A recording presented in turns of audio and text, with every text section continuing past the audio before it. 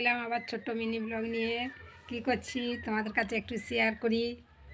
এই দেখো আবারও নিমকি বানাবো। আমার নিমকির চাহিদা প্রচুর, সেগুলো বানিয়েছিলাম।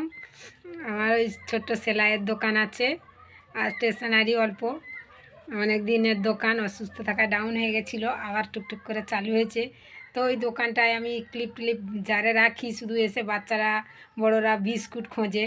তো সেই জন্য আমি জিরে বিস্কুট 5 টাকার বিস্কুট প্যাকেট রাখি।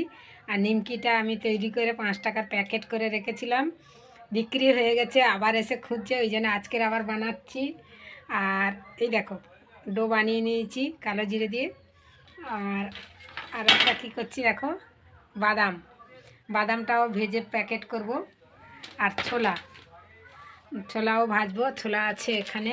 এই দেখো ছোলা রোদে দিয়েছিলাম, ছোলাটাও ভেজে নেবো, প্যাকেট করে রাখবো। ওই 2-3 রকম মানে এমন জায়গায় দোকানটা তো, দূরের দিকে খাবার দোকানগুলো থাকে আর আমার দোকানটা ব্যাক সাইডে। তো সেই জন্যে অনেকে খিদের সময় খোঁজে।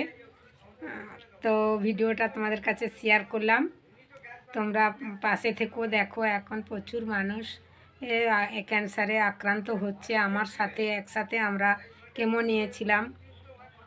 তো সেই দিদিভাইটা আজকের আমাকে ফোন করেছে, ওনার বাড়ি কলকাতায়। ওনার প্রথম কেমো দিয়েছিল, অপারেশান করেনি। দুটো ব্রেস্টের সমস্যার জন্য কেমো দিয়েছিল, অপারেশান করেনি। ওটা 24 সালে কেমো দিয়েছিল। আর এটা হচ্ছে 26 সাল, 2 বছর হয়ে গেল।